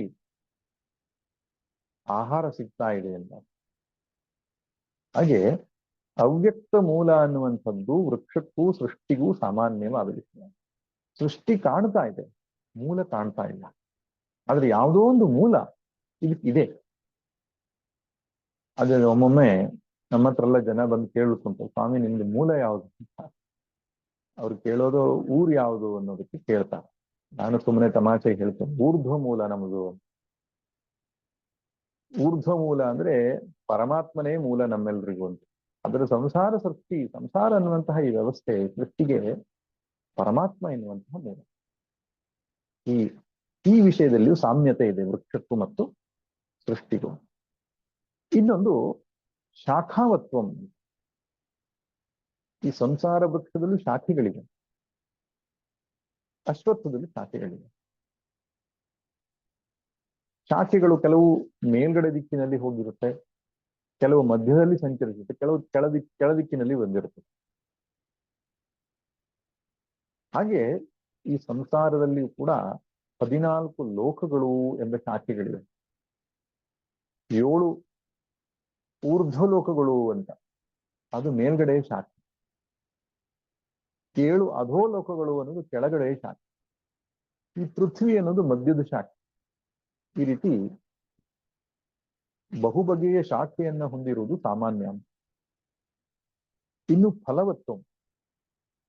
ವೃಕ್ಷದಲ್ಲಿ ಸಿಹಿ, ಕಹಿ ಮತ್ತು ಮಿಶ್ರ ಫಲಗಳು ಅಂತ ಇದೆ. ಅದಷ್ಟೇ ಅಲ್ಲ, ಬೇರೆ ಫಲ, ಬೇರೆ ರುಚಿಯೂ ಇದೆ. ಅದಕ್ಕೆ ಒಗರು ಇರುತ್ತೆ ಆರಂಭದಲ್ಲಿ, ನಂತರ ಹುಳಿ ಆಗ್ತದೆ, ಹುಳಿಯಾಗಿರುವಂಥದ್ದು ಸಿಹಿ ಆಗ್ತದೆ, ಸಿಹಿಯೇ ಕೊಳೆಯುವ ಪ್ರಸಂಗ ಬಂದಾಗ ಕಹಿ ಆಗ್ತದೆ. ಆದ್ರಿಂದ ಬಗೆ ಬಗೆಯ ರುಚಿಗಳನ್ನ ಒಳಗೊಂಡ ಫಲ ಅನ್ನುವಂಥದ್ದು ವೃಕ್ಷದಲ್ಲಿ ಹೇಗಿರ್ತದೋ ಹಾಗೆ ಈ ಸಂಸಾರದಲ್ಲಿಯೂ ಕೂಡ ಸುಖ, ದುಃಖ, ಮಿಶ್ರಣ, ಈ ರೀತಿ ಬಗೆ ಬಗೆಯಾದಂತಹ ಫಲಗಳು ಸಿಗುತ್ತಾ ಇರುತ್ತೆ ಎನ್ನುವ ವಿಷಯದಲ್ಲಿ ಸಾಮಾನ್ಯವಾದ ಅಂತ ಇದೆ. ಇನ್ನೊಂದು ಪಕ್ಷಿ ಆಶ್ರಯತ್ವ. ವೃಕ್ಷ ಅಂದಾಗ ಅನೇಕ ಬಗೆಯ ಗೂಡುಗಳು ಕಾಣುತ್ತೆ. ದೊಡ್ಡ ದೊಡ್ಡ ವೃಕ್ಷಗಳಲ್ಲಿ ಬಗೆ ಬಗೆಯ ಗೂಡುಗಳು ಕಾಣುತ್ತೆ. ಗೀಜಗನ ಗೂಡು, ಇನ್ನೊಂದು ಯಾವುದೋ ಒಂದು ಪಕ್ಷಿಯ ಗೂಡು, ಹೀಗೆ ಗೂಡು ಕಟ್ಟಿಕೊಂಡು ಒಂದೊಂದು ಶಾಖೆಯಲ್ಲಿ ಅನೇಕ ಬಗೆಯ ಪಕ್ಷಿಗಳು ವಾಸಿಸ್ತವೆ. ಆ ಪಕ್ಷಿಗಳ ಕಲರವದಿಂದ ವೃಕ್ಷ ತುಂಬಿ ಹೋಗಿರ್ತದೆ. ಹಾಗೆ ಸಂಸಾರ ಅನ್ನುವ ಈ ವೃಕ್ಷದಲ್ಲಿಯೂ ಗೂಡು ಕಟ್ಟಿಕೊಂಡು ಜೀವ ಇದ್ದಾನೆ. ಇಲ್ಲಿ ಗೂಡು ಅಂದ್ರೆ ಶರೀರ. ಶರೀರವೆನ್ನುವ ಗೂಡಿನಲ್ಲಿ ಬೇರೆ ಬೇರೆ ಬಗೆಯ ಪಕ್ಷಿಗಳು ಇವೆ. ಮನುಷ್ಯ ಎಂಬ ಒಬ್ಬ ಪಕ್ಷಿ, ದೇವತೆಗಳು ಇನ್ನೊಂದು ರೀತಿಯ ಪಕ್ಷಿ, ಪ್ರಾಣಿಗಳು ಇನ್ನೊಂದು ರೀತಿಯ ಪಕ್ಷಿ, ಅಸುರರು ಇನ್ನೊಂದು ರೀತಿಯ ಪಕ್ಷಿ. ಈ ರೀತಿ ಬೇರೆ ಬೇರೆ ಜೀವರಾಶಿ ಎನ್ನುವಂತಹ ಪಕ್ಷಿಗಳು ಶರೀರ ಎನ್ನುವಂತಹ ಗೂಡಿನಲ್ಲಿ ಸಂಸಾರ ವೃಕ್ಷದಲ್ಲಿ ವಾಸಿಸ್ತಾ ಇವೆ ಎನ್ನುವಂತಹ ದೃಷ್ಟಾಂತ ಅನ್ನೋದು ಎರಡಕ್ಕೂ ಸಾಮಾನ್ಯವಾಗಿ ಕಾಣಿಸ್ತೇವೆ. ಇನ್ನು 8ನೇದು ಚಲನವತ್ವಂ. ಹೀಗೆ ದೊಡ್ಡದಾದ ಚಂಡಮಾರುತ, ಬಿರುಗಾಳಿ ಬಂದಾಗ ಮರ ಅಲ್ಲಾಡೋದು ಕಾಣಿಸ್ತದೆ. ಎಷ್ಟು ದೊಡ್ಡ ಮರವಾದ್ರೂ ಅಲ್ಲಾಡ್ಬಿಡ್ತದೆ. ಒಮ್ಮೊಮ್ಮೆ ಶಾಖೆಗಳೆಲ್ಲ ಕಳಚಿ ಬೀಳುವುದುಂಟು, ಮುರಿದು ಬೀಳುವುದೇ ಉಂಟು. ಹಾಗೆ ಅಷ್ಟು ಮಟ್ಟಿಗೆ ಪ್ರಾರಬ್ಧ ಎನ್ನುವ ಬಿರುಗಾಳಿ ಬೀಸಿದಾಗ ಈ ಸಂಸಾರ ವೃಕ್ಷವು ಕೂಡ ಅಲ್ಲಾಡ್ತದೆ. ಹೇಗಿದ್ದವನು ಹೇಗಾಗ್ಬಿಟ್ಟ ನೋಡು ಅಂತ ಹೇಳ್ತಾ ಇದ್ದಾನೆ. ಯಾಕೆ? ಅದು ಭಯಂಕರ ಬಿರುಗಾಳಿ ಬೀಸಿದೆ ಅವನ ಜೀವನದಲ್ಲಿ. ಪ್ರಾರಬ್ಧ ಎನ್ನುವಂತಹ ವಾತದಿಂದ ಸಂಸಾರ ವೃಕ್ಷವೂ ಕೂಡ ಚಲನವನ್ನ ಹೊಂದುತ್ತದೆ ಎನ್ನುವ ವಿಷಯದಲ್ಲಿ ವೃಕ್ಷಕ್ಕೂ ಮತ್ತು ಇದಕ್ಕೂ ಸಾಮಾನ್ಯವಾದಂತಹ ಹೋಲಿಕೆ ಇದೆ. ಇನ್ನು ಕೊನೆಯದಾಗಿ 9ನೇ ಹೋಲಿಕೆನಪ್ಪ ಛೇದ್ಯತ್ವಂ. ಸಂಸಾರ ವೃಕ್ಷವನ್ನು ಹಾಗೂ ಅಶ್ವತ್ಥ ವೃಕ್ಷವನ್ನು ಛೇದನ ಮಾಡ್ಲಿಕ್ಕೆ ಆಗ್ತದೆ. ವೃಕ್ಷ ಎನ್ನುವ ಶಬ್ದಕ್ಕೆ ಅರ್ಥವೇ ವೃಶ್ಚನಾತ್ ವೃಕ್ಷ ಅಂತ ವ್ಯುತ್ಪತ್ತಿ ಅರ್ಥವನ್ನು ಹೇಳ್ತಾರೆ. ವೃಶ್ಚತೆ ಇತಿ ವೃಕ್ಷ. ಯಾವುದನ್ನ ಕಡಿಲಿಕ್ಕಾಗ್ತದೋ, ಕತ್ತರಿಸ್ಲಿಕ್ಕಾಗ್ತದೋ, ಅದಕ್ಕೆ ಕತ್ತರಿಸಲ್ಪಡುತ್ತದೋ ಅದು ವೃಕ್ಷ ಅಂತ ಒಂದು ಅರ್ಥ ಇದೆ. ಹಾಗೆ ಬೇರೆ ಅರ್ಥವೂ ಇರ್ಬೋದು. ಆದ್ದರಿಂದ ಎಷ್ಟು ವಿಶಾಲವಾದ ವೃಕ್ಷವಾದರೂ ಕೂಡ ಪ್ರಯತ್ನ ಪಟ್ಟು ಕತ್ತರಿಸಿ ಹಾಕಬಹುದು. ಅದಕ್ಕೆ ಕೃಷ್ಣ ಭಗವದ್ಗೀತೆಯಲ್ಲಿ ಸಂಸಾರ ವೃಕ್ಷದ ವರ್ಣನೆ ಆದ್ಮೇಲೆ ಏನ್ ಹೇಳ್ತಾನೆ? ಅಸಂಗ ಶಸ್ತ್ರೇಣ ದೃಢೇನ ಚಿತ್ವಾ ತತಃ ಪದಂ ತತ್ ಪರಿಮಾರ್ಗಿತವ್ಯಂ. ಅಸಂಗ ಎನ್ನುವ ಶಸ್ತ್ರ ಹಿಡ್ಕೋ ಅಂತ. ಕೊಡ್ಲಿ ಯಾವುದು? ಕೊಡ್ಲಿಗೆ ಹೆಸರೇನು? ಅಸಂಗ ಕೊಡ್ಲಿ ಅಂತ. ಕೊಡ್ಲಿ ಅಂದ್ರೆ ಯಾರಿಗೆ ಕೊಡ್ಲಿ ಅಂತ ಅರ್ಥಲ್ಲ, ಕೊಡಲಿ ಎನ್ನುವ ಆಯುಧ. ಅಸಂಗ ಎನ್ನುವಂತಹ ಕೊಡಲಿಯನ್ನು ಹಿಡಿದುಕೊಂಡು ಸಂಸಾರ ವೃಕ್ಷಗಳನ್ನು ಕಡಿದು ಹಾಕು ಅಂತ ಹೇಳ್ತಾನೆ. ಸಂಘ ಅಂದ್ರೇನು? ಇದು ಯಾವುದೂ ನನ್ನದಲ್ಲ, ನಾನು ಯಾರಿಗೂ ಸೇರಿದವನಲ್ಲ ಅಂತ ನನ್ನದು ಎನ್ನುವಂತಹ ತಪ್ಪು ಕಲ್ಪನೆಯನ್ನು ಏನೇನು ಇಟ್ಟುಕೊಂಡಿದ್ಯೋ ಅದನ್ನೆಲ್ಲವನ್ನ ತೊಡೆದು ಹಾಕುವುದಕ್ಕೆ ಹೆಸರು ಅಸಂಗ ಶಸ್ತ್ರದಿಂದ ದೃಢವಾಗಿ ಕತ್ತರಿಸುವುದು ಅಂತ. ಆ ರೀತಿಯಲ್ಲಿ ಅಶ್ವತ್ಥವನ್ನು ಕೂಡ ಇವತ್ತಿನ ಮಿಷನ್ ಎಲ್ಲ ಬಂದಿದೆಯಲ್ಲ, ಆ ಮಿಷನ್ಗಳಲ್ಲಿ ರೋಡ್ ಸೈಡ್ ಅಲ್ಲಿ ಬೆಳೆದಿರೋ ಎಷ್ಟೆಷ್ಟು ಮರಗಳನ್ನೆಲ್ಲ ಕಡಿದು ಹಾಕ್ತಾವೆ. ಆ ರೀತಿಯಾಗಿ ಅದನ್ನ ನಾಶ ಮಾಡ್ಲಿಕ್ಕೆ ಸಾಧ್ಯ ಇದೆ ಅಂತ. ನಾಶ ಮಾಡಬೇಕು ಅಂತ ಅರ್ಥ ಅಲ್ಲ, ವೃಕ್ಷವನ್ನು ಬೆಳೆಸ್ಬೇಕು ನಾವು, ಆದ್ರೆ ಒಂದು ಅದನ್ನು ನಾಶ ಮಾಡ್ಲಿಕ್ಕೆ ಆಗತ್ತೆ ಅನ್ನೋ ದೃಷ್ಟಿಕೋನದಿಂದ, ದೃಷ್ಟಾಂತದಲ್ಲಿ ಸಾಮ್ಯತೆ ಇದೆ. ಈ ಸಂಸಾರ ವೃಕ್ಷ ಎಷ್ಟೇ ಹೆಮ್ಮರವಾಗಿ ಬೆಳೆದರೂ ಕೂಡ ಗುರುಶಾಸ್ತ್ರೋಪದೇಶದ ಸಹಾಯದಿಂದ ಮತ್ತೆ ಮತ್ತೆ ಶ್ರವಣ ಮನನವನ್ನು ಮಾಡುತ್ತಾ ಇದನ್ನು ಕತ್ತರಿಸಿ ಹಾಕ್ಲಿಕ್ಕೆ ಆಗ್ತದೆ ಎನ್ನುವ ವಿಷಯದಲ್ಲೂ ಸಾಮಾನ್ಯ. ಈ 9 ಸಾಮಾನ್ಯಗಳನ್ನು ಹೊಂದಿರೋದ್ರಿಂದ ಅಶ್ವತ್ಥಕ್ಕೂ ಸಂಸಾರ ವೃಕ್ಷಕ್ಕೂ ಹೆಚ್ಚು ಹೋಲಿಕೆ ಆಗ್ತದೆ. ಯಾವುದು 9 ಸಾಮಾನ್ಯ? ಒಮ್ಮೆ ಹೇಳಿಬಿಡ್ತೇನೆ. ಮಹತ್ವ, ಆದಿ ಅಂತರಹಿತತ್ವ, ಅನಿರ್ವಚನೀಯತ್ವ, ಮೂಲವತ್ವ, ಶಾಖಾವತ್ವ, ಫಲವತ್ವ, ಪಕ್ಷಿ ಆಶ್ರಯತ್ವ, ಚಲನವತ್ವ, ಹೇದ್ಯತ್ವಂ ಎನ್ನುವ 9 ಸಾಮಾನ್ಯ ಅಂಶಗಳನ್ನು ನಾವು ನೋಡ್ತೇವೆ. ಇನ್ನು ನಾವು ಮಂತ್ರಕ್ಕೆ ನೇರವಾಗಿ ಬರೋಣ. ಊರ್ಧ್ವಮೂಲೋ ಅವಾಕ್ಷಾಥ ಯಶೋಶ್ವತ್ಥ ಸನಾತನಃ. ಸನಾತನವಾಗಿರತಕ್ಕಂತಹ ಅಶ್ವತ್ಥ. ಸನಾತನ ಎಂಬ ಶಬ್ದಕ್ಕೆ ಅರ್ಥ ಪುರಾತನ, ಚಿರಂತನ, ಶಾಶ್ವತ, ಹೀಗೆ ಸಮಾನ ಅರ್ಥಗಳಿವೆ. ಯಾವಾಗಲೂ ವ್ಯಾಪಿಸಿಕೊಂಡಿರೋದು ಅಂತ. ಸನಾ ಆತನೋತಿ ಇತಿ ಸನಾತನಃ. ಆದ್ದರಿಂದ ಅತ್ಯಂತ ಹಳೆಯದಾದ ಒಂದು ಅಶ್ವತ್ಥ ವೃಕ್ಷ, ಪುರಾತನವಾದ ಒಂದು ಅಶ್ವತ್ಥ ವೃಕ್ಷ. ಈ ಸಂಸಾರ ವೃಕ್ಷವೂ ಕೂಡ ಎಷ್ಟು ಹಳೆಯದು ಗೊತ್ತಿಲ್ಲ. ನಾವು ತಿಳ್ಕೊಂಡಿದ್ದೇವೆ ನಾವೆಲ್ಲ ಹೊಸಬರು ಅಂತ, ಸೂರ್ಯಚಂದ್ರ ಎಲ್ಲ ಹೊಸತು ಅಂತ, ಬಹಳ ಹಿಂದೆಯ ಹಳೆಯ ಸೂರ್ಯಚಂದ್ರರು ಅಂತ ಹೇಳ್ತಾರೆ. ಹಿಂದಿನ ಯುಗದಲ್ಲಿಯೂ ಕೂಡ ಸೂರ್ಯಚಂದ್ರರು ಇದ್ದರು. ನಾವು ಕೂಡ ಹೊಸಬರೇನಲ್ಲ, ಬಹಳ ಹಳಬರು. ಕೃಷ್ಣ ಗೀತೆಯಲ್ಲಿ ಹೇಳ್ತಾನೆ, ಅರ್ಜುನ ನಿನಗೆ ಅದು ಗೊತ್ತಿಲ್ಲ, ನನಗೆ ಗೊತ್ತಿದೆ ಅಂತ. ಆದ್ರಿಂದ ಈ ಜಗತ್ತು, ಈ ಸಂಸಾರ ಅನ್ನೋದು ಹೊಸತೇನಲ್ಲ, ತುಂಬಾ ಹಳೆಯದು. ಅಲ್ಪ ಸ್ವಲ್ಪ ವ್ಯತ್ಯಾಸ ಆಗಿದೆ ಅಷ್ಟೇ. ಈಗ ಟ್ರೈನ್ಗಳು ಬಂದಿದೆ, ಫ್ಲೈಟ್ಗಳು ಬಂದಿದೆ, ಜೆಟ್ಗಳು ಬಂದಿದೆ, ಯುದ್ಧದ ಬಗ್ಗೆ ಸ್ವಲ್ಪ ಬದಲಾವಣೆ ಆಗಿದೆ. ನೋಡಿ, ಈಗ ಕ್ಷಿಪಣಿಗಳನ್ನ ಬಿಡ್ತಾನೆ. ಹಿಂದೆಲ್ಲ ಅದಕ್ಕೆ ಅಸ್ತ್ರ ಅಂತ ಕರಿತಾ ಇದ್ರು. ವಾಯವ್ಯಾಸ್ತ್ರ, ಆಗ್ನೇಯಾಸ್ತ್ರ, ವಾರುಣಾಸ್ತ್ರ, ಪಾಶುಪತಾಸ್ತ್ರ, ಬ್ರಹ್ಮಾಸ್ತ್ರ, ನಾರಾಯಣಾಸ್ತ್ರ ಅಂತೇಳಿ ಬೇರೆ ಬೇರೆ ಹೆಸರುಗಳು ಕರಿತಿದ್ರು. ಅಂದ್ರೆ ಅಭಿಮಂತ್ರಣ ಮಾಡಿ ಆ ಅಸ್ತ್ರವನ್ನು ಎಸೆದಾಗ ಅದು ಈ ವೈರಿ ಪಾಳ್ಯಕ್ಕೆ ಹೋಗಿ ಧ್ವಂಸಗೊಳಿಸುತ್ತೆ. ಅದೇ ವಿರುದ್ಧವಾದಂತಹ ವೈರಿ ಪಾಳ್ಯ ಇನ್ನೊಂದು ಅಸ್ತ್ರವನ್ನು ಕೊಟ್ಟು ಅದು ಉಪಶಮನ ಮಾಡ್ತಾ ಇತ್ತು. ಈಗ ಒಬ್ಬನು ಆಗ್ನೇಯಾಸ್ತ್ರವನ್ನು ಬಿಟ್ಟರೆ ಪ್ರತಿದ್ವಂದ್ವಿಯಾದವನು ವಾರುಣಾಸ್ತ್ರವನ್ನು ಬಿಡ್ತಾನೆ. ಅಂದ್ರೆ ಮಳೆ ತರಿಸುವ ಅಸ್ತ್ರ. ಬೆಂಕಿಗೂ ಮಳೆಗೂ ವಿರುದ್ಧ ಗುಣ ಆದರೂ ಅದನ್ನು ಉಪಶಮನ ಮಾಡಿಬಿಡ್ತದೆ ಅಂತ. ಹೀಗೆ ಇವತ್ತು ನಾವು ಕೊಡುತ್ತೆ ಯುದ್ಧದಲ್ಲಿ ನೋಡ್ತೇವಲ್ಲ, ಆ ದೇಶದವರು ಬಿಟ್ಟ ಕ್ಷಿಪಣಿಗಳನ್ನ ಈ ದೇಶದವರು ಆಕಾಶದಲ್ಲೇ ಮಣಿಸಿ ಬಿಟ್ರು ಅಂತ. ಅಂದ್ರೆ ಹೊಸದಾದಂತಹ ವ್ಯವಸ್ಥೆ, ಹೊಸದಾದಂತಹ ಆಚರಣೆ ಬಿಟ್ರೆ ಅದರ ತಂತ್ರ ಅನ್ನುವಂಥದ್ದು ಪ್ರಾಚೀನವಾದದ್ದೇ. ರಾಮನಿದ್ದಾಗ ರಾವಣನೋರ್ವದಿದ್ದ, ಭೀಮನಿದ್ದಾಗ ದುಶ್ಯಾಸನೋರ್ವದಿದ್ದ. ಆದ್ರಿಂದ ಹಳೆಯ ಜಗತ್ತಿತ್ತು, ಹೊಸತಲ್ಲ. ಹೀಗೆ ಸನಾತನವಾದಂತಹ ಊರ್ಧ್ವಮೂಲ ಎಂಬುದಾಗಿ ಕರೀತಾರೆ. ಇದರ ಮೂಲ ಅನ್ನುವಂಥದ್ದು ಊರ್ಧ್ವ, ಮೇಲ್ಗಡೆ ಇದೆ ಅಂತ. ಇಲ್ಲಿ ಮೇಲ್ಗಡೆಗಿದೆ ಅಂದ್ರೆ ನಾವು ವಾಸ್ತವವಾಗಿ ನೇರವಾದ ಅರ್ಥ ತೆಗೆದುಕೊಳ್ಬಾರ್ದು. ಯಾಕೆಂದ್ರೆ ಬ್ರಹ್ಮನು ಮೇಲ್ಗಡೆ ಇದ್ದಾನೆ, ಈ ಸಂಸಾರ ವೃಕ್ಷವು ಕೆಳಗಡೆ ಇದೆ ಅಂತ ತಾತ್ಪರ್ಯ ಮಾಡಿದ್ರೆ ಏನ್ ತಪ್ಪಾಗ್ತದೆ? ವೇದಾಂತದ ಪ್ರಕಾರ ಬ್ರಹ್ಮವು ಸರ್ವವ್ಯಾಪಕವಾಗಿದೆ, ಎಲ್ಲೆಲ್ಲೂ ತುಂಬಿರ್ತಕ್ಕಂತಹ ತತ್ವ. ಮೇಲೆ ಕೆಳಗೊಳಗೆ ಬಳಿ ಸುತ್ತಲೆ ತೆತ್ತಲು ಮೂಲೆ ಮೂಲೆಯಲ್ಲಿ ವಿದ್ಯುಲ್ಲ ಹರಿಯೊಂದು, ಧೂಳಿಕಣ ಭೂಗೋಳ ರವಿಚಂದ್ರ ತಾರೆಗಳ ಕಾಲಿಪುದು ಬಿಡುಗಡದೆ ಮಂಕುತಿಮ್ಮ ಅಂತ ಹೇಳುವ ಹಾಗೆ ಎಲ್ಲೆಲ್ಲೂ ತುಂಬಿರ್ತಕ್ಕಂತಹ ತತ್ವ.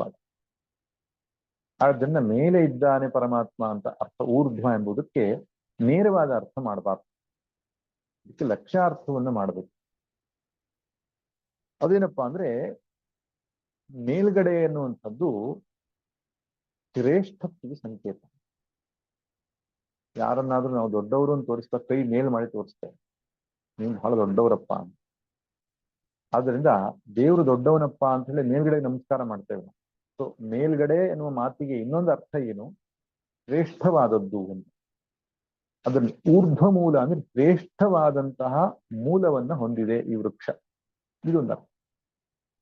ಇನ್ನೊಂದು ದುರ್ವಿಜ್ಞೇಯತ್ವಂ ಅಂತನೂ ಆಗುತ್ತೆ. ಅಷ್ಟು ಸುಲಭವಾಗಿ ಅರ್ಥ ಮಾಡಿಕೊಳ್ಳುವಂಥದ್ದಲ್ಲ, ತುಂಬಾ ಮೇಲ್ಮಟ್ಟದ ಚಿಂತನೆ, ಇದು ಮೇಲ್ಮಟ್ಟದ ವಿಚಾರ ಅಂತ ಹೇಳ್ತೇವಲ್ಲ. ಎಷ್ಟೋ ಸಲ ಉಪನ್ಯಾಸ ಮಾಡಿದ್ಮೇಲೆ ಆ ಸ್ತೋತ್ರಗಳು ಬಂದು ಹೇಳುವುದುಂಟು, ನಿಮ್ಮ ಉಪನ್ಯಾಸ ತುಂಬಾ ಚೆನ್ನಾಗಿತ್ತು, ಆದ್ರೆ ತಲೆ ಮೇಲ್ ಹೋಯ್ತು ಅಂತ. ತಲೆ ಮೇಲ್ ಹೋಯ್ತು ಅನ್ನೋ ಮಾತಿಗೆ ಅರ್ಥ ಏನು? ಅದು ಅರ್ಥ ಆಗ್ಲಿಕ್ಕೆ ಸ್ವಲ್ಪ ಕಷ್ಟ ಆಯ್ತು ಅಂತ. ಅದನ್ನ ಊರ್ಧ್ವ ಎನ್ನುವ ಶಬ್ದಕ್ಕೆ ಇನ್ನೊಂದು ಅರ್ಥ ಕಠಿಣವಾದಂತಹ ಅರ್ಥವನ್ನು ಹೊಂದಿರುವಂಥದ್ದು. ಆದ್ರಿಂದ ಈ ಎರಡೂ ಅರ್ಥ ತಿಳ್ಕೊಳ್ಬಹುದು, ದುರ್ವಿಜ್ಞೇಯವಾದದ್ದು ಮತ್ತು ಶ್ರೇಷ್ಠವಾದದ್ದು ಪರಬ್ರಹ್ಮ ವಸ್ತು ಎನ್ನುವುದು ಊರ್ಧ್ವ ಮೂಲ ಎನ್ನುವ ಮಾತಿಗೆ ಅರ್ಥ. ಅವಾಕ್ಷಾಖ, ಭಗವದ್ಗೀತೆಯಲ್ಲಿ ಅಧಶಾಖ ಅಂತ ಬರುತ್ತೆ, ಈ ಅವಾಕ್ ಅಂತ ಬರುತ್ತೆ.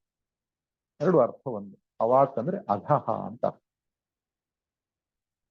ಊರ್ಧ್ವ ಅನ್ನೋದು ಶ್ರೇಷ್ಠ ಅಂತ ಆದ್ರೆ ಅಧ ಅನ್ನೋದು ಕನಿಷ್ಠ ಅಂತ ಅರ್ಥ.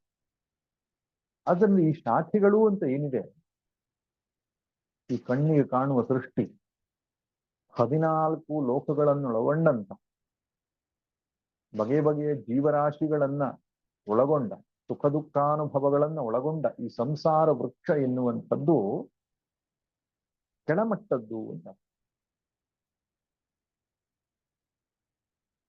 ಪರಬ್ರಹ್ಮ ಅನ್ನುವಂಥದ್ದು ಮೇಲ್ಮಟ್ಟದ್ದು, ಪಾರಮಾರ್ಥಿಕವಾದ ಸತ್ಯ.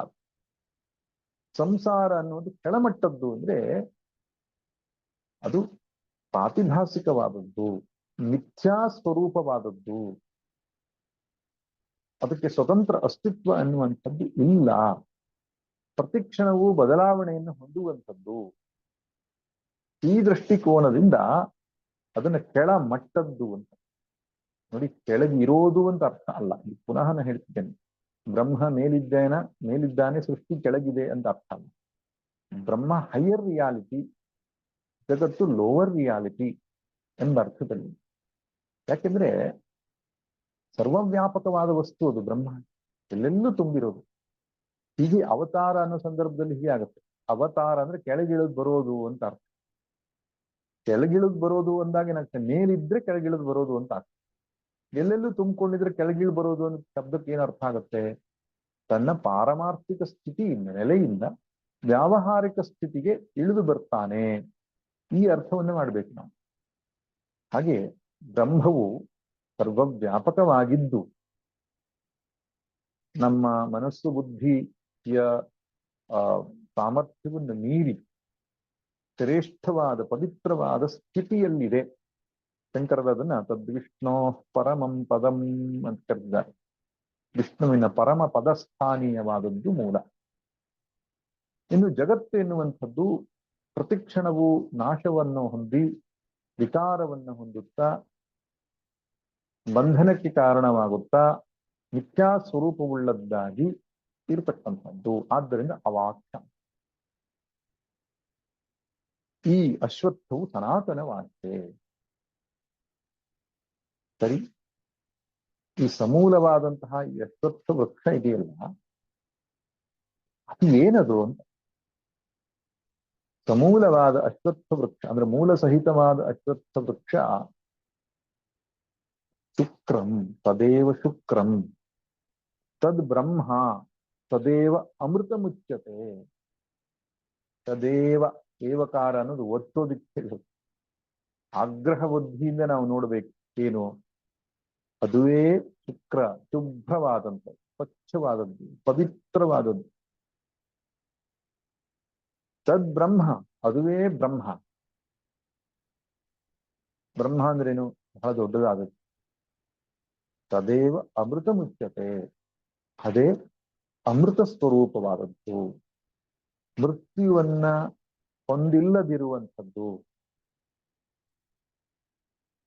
ಯಾವುದು? ಪರಬ್ರಹ್ಮ ವಸ್ತುವಿನ ವರ್ಣನೆಯನ್ನು ಮಾಡ್ತಾ ಇದ್ದಾರೆ. ಆ ಪರಬ್ರಹ್ಮವು ಈ ಸೃಷ್ಟಿಗೆ ಆಧಾರವಾಗಿದೆ. ಸನಾತನವಾಗಿರತಕ್ಕಂತಹ ಸೃಷ್ಟಿಗೆ ಆಧಾರವಾಗಿರತಕ್ಕಂಥದ್ದು ಪರಬ್ರಹ್ಮ, ಪರಮಾತ್ಮ ವಸ್ತು. ಅದು ಶ್ರೇಷ್ಠವಾದಂಥದ್ದು, ಅದು ಶುಭ್ರವಾದಂಥದ್ದು, ಅದು ಅತ್ಯಂತ ದೊಡ್ಡದಾದಂಥದ್ದು ಮತ್ತು ಅಮೃತವಾದದ್ದು ಎಂಬುದಾಗಿ ಬ್ರಹ್ಮಸ್ವರೂಪದ ವರ್ಣನೆಯನ್ನು ಮಾಡ್ತಾರೆ. ಇಲ್ಲಿಯೂ ಈ ಶುಕ್ರ ಈ ಮುಂತಾದ ಶಬ್ದಗಳಿಂದ ಹೇಳೋದು ಯಾಕೆಂದ್ರೆ, ಅಶ್ವತ್ಥ ಅಂತೂ ತುಚ್ಛವಾದದ್ದಲ್ವಾ. ಅಶ್ವತ್ಥ ಅಂದ್ರೆ ಅರ್ಥ ಸಂಸಾರ ವೃಕ್ಷ. ಅಶ್ವತ್ಥ ಅಂತ ಪುನಃ ನಾನು ಹೇಳ್ತಿದ್ದೇನೆ, ಈ ಆಧ್ಯಾತ್ಮಿಕವಾದ ಅರ್ಥವನ್ನೇ ಕೊಡಬೇಕಾಗ್ತದೆ. ಸಂಸಾರ ವೃಕ್ಷ ಅನ್ನುವಂಥದ್ದು ತುಚ್ಛವಾದದ್ದು. ಆದ್ದರಿಂದ ನಿತ್ಯ ಜಗದಧಿಷ್ಠಾನ ಎಂಬುದಾಗಿ ಲಲಿತೆ ಕರೀತಾರೆ. ನಿತ್ಯಾರೂಪವಾದಂತಹ ಜಗತ್ತು ಅಧಿಷ್ಠಾನವಾದಂತಹ ಆ ಪರಬ್ರಹ್ಮಕ್ಕೆ ಏನಾದರೂ ದೋಷ ಮಾಡುತ್ತದ? ಅದಕ್ಕೇನಾದ್ರು ಸಂಸರ್ಗದಿಂದ ದೋಷ ಆಗ್ತದ ಜಗತ್ತಿನ ಸಂಸರ್ಗದಿಂದ ಅಂತ ಹೇಳಿದ್ರೆ ಇಲ್ಲ. ಶುಕ್ರಂ, ಶುಭ್ರವಾದದ್ದು. ಅಷ್ಟೇ ಅಲ್ಲ, ಅದು ಈ ಸಂಸಾರ ವೃಕ್ಷವನ್ನು ವ್ಯಾಪಿಸಿ ಅದನ್ನು ಮೀರಿ ನಿಂತಿದೆ. ಅತ್ಯತಿಷ್ಠದಶಾಂಗುಲಂ ಬ್ರಹ್ಮ ಅಂತ ಕರೀತಾರೆ. ದೇಶಕಾಲ ವಸ್ತು ಅಪರಿಚ್ಛಿನ್ನ ಬೃಹತ್ವಾತ್ ಬ್ರಹ್ಮ ಎಂಬುದಾಗಿ. ಅಷ್ಟೇ ಅಲ್ಲ, ವೃಕ್ಷ ನಾಶವಾಗಬಹುದು, ನಾಶವಾಗುತ್ತದೆ. ವೃಕ್ಷ ಎನ್ನುವ ಶಬ್ದಕ್ಕೆ ನಾಶವಾಗುವುದು ಅಂತ ಅರ್ಥ. ಆದ್ರೆ ಈ ಬ್ರಹ್ಮವಸ್ತು ನಾಶವಾಗುವಂಥದ್ದಲ್ಲ, ಅಮೃತ ಅಂತ ಕರೀತಾರೆ.